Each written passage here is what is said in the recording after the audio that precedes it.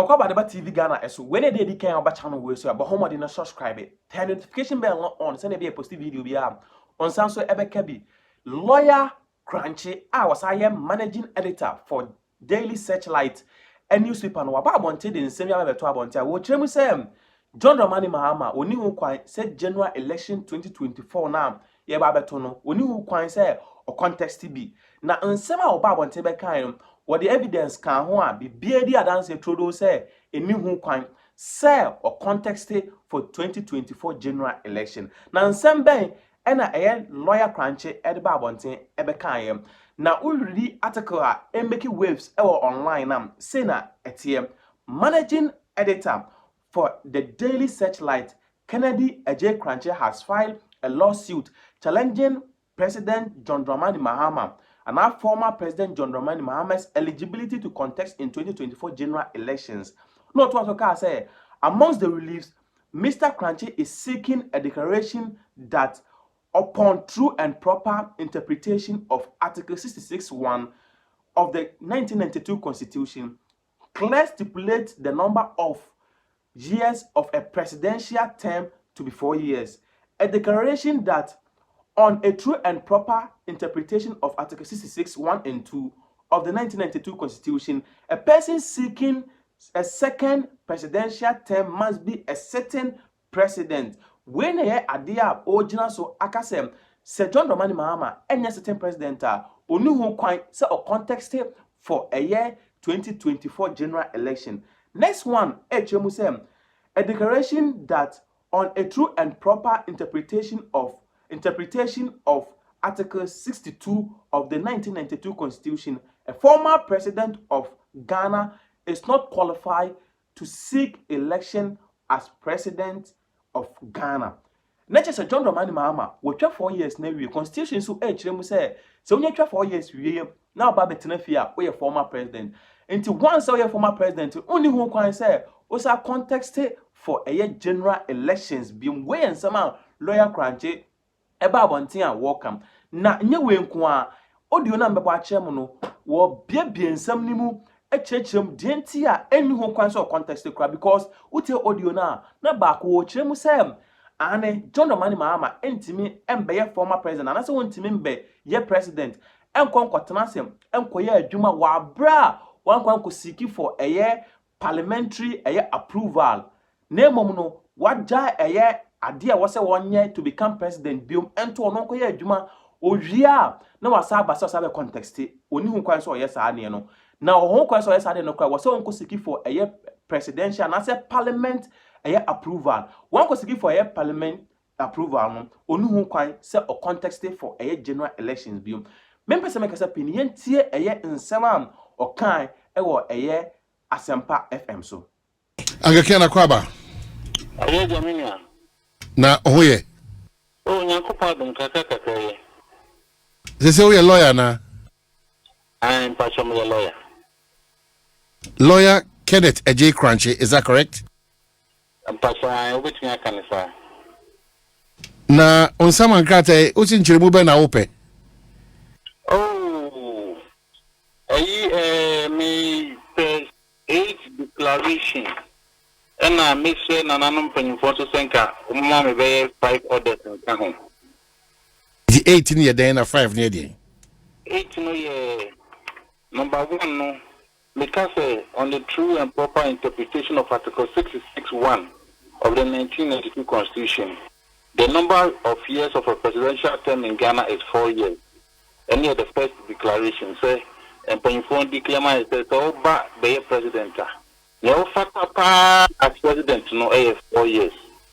And I think a declaration, and here number 2, no that on the true and proper interpretation of Article 66(1) and 2 of the 1992 Constitution, a person seeking a second presidential term must be a sitting president.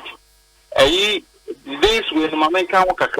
He must be a say, near or 3 president in the summer. Only a man of crime man code 2.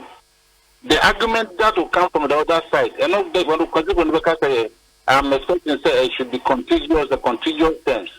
The argument that will come from the other side, it can be disparate, which means Abba been in 4 years. No continue baby at 3 terms, no banner between second 4 years. And only the photo and then you say and Kasama.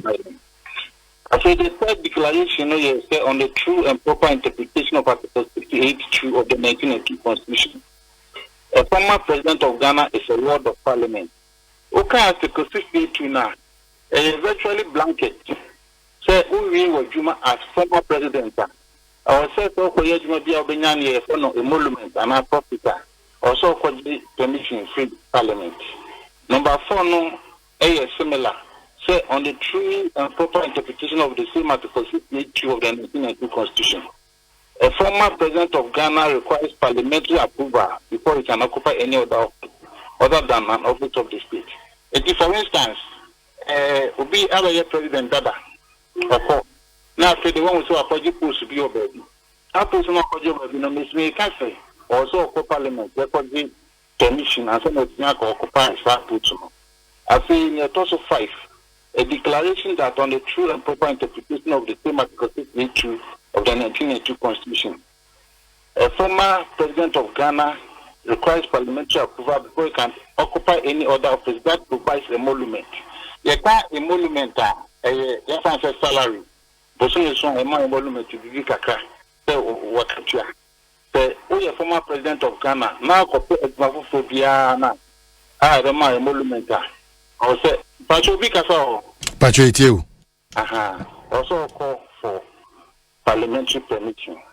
After 36, a declaration that on a true and proper interpretation of Article 63 of the 1992 Constitution, the office of president is an office that provides the emolument. And if I'll be a man penny Ghana, or this salary, the president and also no, they can't say so just salary there. No, a man penny that I know for this salary there. There's a very require parliamentary permission. 7.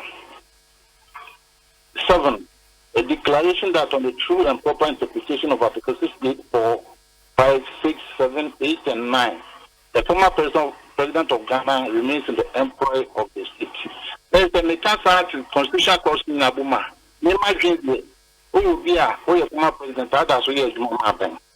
And I say, finally, the 8th declaration I made in the Supreme Court. A declaration that on the true and proper construction of Article 52 of the 1992 Constitution, a former president of Ghana is not qualified or eligible to seek election as president. Article 68(2) talks about eligibility to become president. It generally, a principle says you must be somebody who is 40 years of age. You must be a citizen of Ghana. By citizen of Ghana, no, also you be a papaya Ghananese. Now my Monsieur Ghananese. And I say also you be a Wajumdaho. Generally, that is the principle. I'm saying we say there are people who qualify under this criteria that cannot contest to become president. For instance, we do very controversial. Former president before, so that is just of the fact forms of the contested president and also the other perspective. I think say Mr. Mahama to falls in that order. And what and out of the 8 I have mentioned, may say in the Supreme Court, say certain orders. Now, in particularly the first 8, and that's basically my order I'm picking the Supreme Court. Lawyer Crunchy, na say President Kufone President Mahama de, o de yes and to huna emfa if we say President Kufone de mbrane kano if ye nwotwe no we ni de President Mahama we no first term inti baby ho no person hunu say obetima to aso say second term na we ni dwumadi former president Mahama or former president former President John Dramani Mahama. Former president or former president? Of course. Former President Kufuor or former president? And no. What is the difference? Back where we in watch, back where we and 9. The presidential term of 4 years, 8 years. Correct. It is only not only about you fall under Article 68 of the 1992 Constitution. But and young from Swansea say, be embrace you who can say, Ubeti Metram watch. Inti mfie nwotwe whether the twaso or ukoba ebetwa ba akona ka no so a eno so e and I make there's a constitutional lacuna there because is it contiguous or disparate also the two also, and also with the contract that he said yes, no, oh, so okay, the constitution must be read as a whole. It must be read to make sense. So okay, we are no disparity there. Let us say, there are people who actually make the argument. So, for instance, if President Mahama becomes president, then the argument are making holds. So he is entitled to a second term. But, Pacho, Wadaroma, and Koma would say, what Kenkai Umre Kuni Odidi Juma. A person shall not be elected to hold office as president of Ghana for more than 2 terms. 2 terms, as I just say. Hello.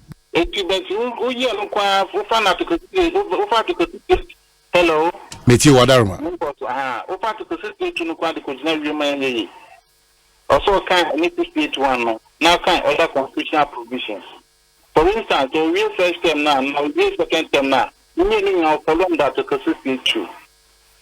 And you could one could stay out of the constitution article, never be done because of which you know that is where Mr. Mahama is coming from. Because of Article 62 need to know, 66 to need to know, you can refer to a second term. But you cannot read the constitution without also coming down to look at 62. Nti o pese o te won say ene say o man ne kwabna santi twa first term ni we are 4 years na o timi nko wan ansa ma enka se me se fata se me ko a second term and I said that is exactly the point I'm making. I see. It is anchemu no dia na peso hu. Pajo say. Nchemu no dia na peso hu say o say or your former president. Or your former president today of follow on that Article 62. It has nothing to do with follow on the Article 62. Or follow on the Article 62. I believe that you can say that it is going to occupy another office of profiter. It needs parliamentary approval.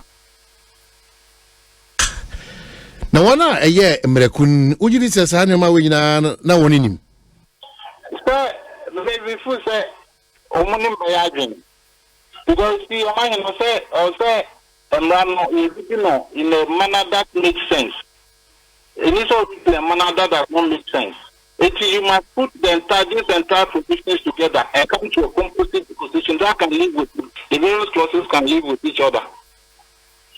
I was saying making one contiguous story. I mean, between a carbon tax, 17 is it.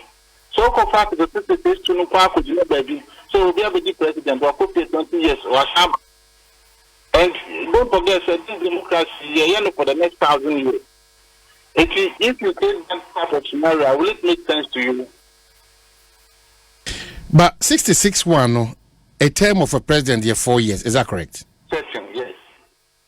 80, a dear Nemania Wonai. I had a peso because yes, I'm brabag, dear Nemania Wonai. We are entitled to 2 terms. Now, can say, we'll be in the second term. They come in 4 years. But, say, Adiano or Quenya said, Utimiko for 8 years. And I make sure say a minimum year and the for 4 years now we show to me contest for the second term. But so when we first term 4 years maybe not there where we are and you free how but talk to me. It is so free wa na so nim so besaba any kwan say we adwuma bia na twɛn na ba na say adwuma ba yan fa so na say o mamra se bia say o koye adwuma bia wo free so na koye adwuma bia na so nim say adwuma no betua o salary emolument bia then you have to go to parliament for permission. It's not me writing it, it's 60. Anybody can pick the constitution and read.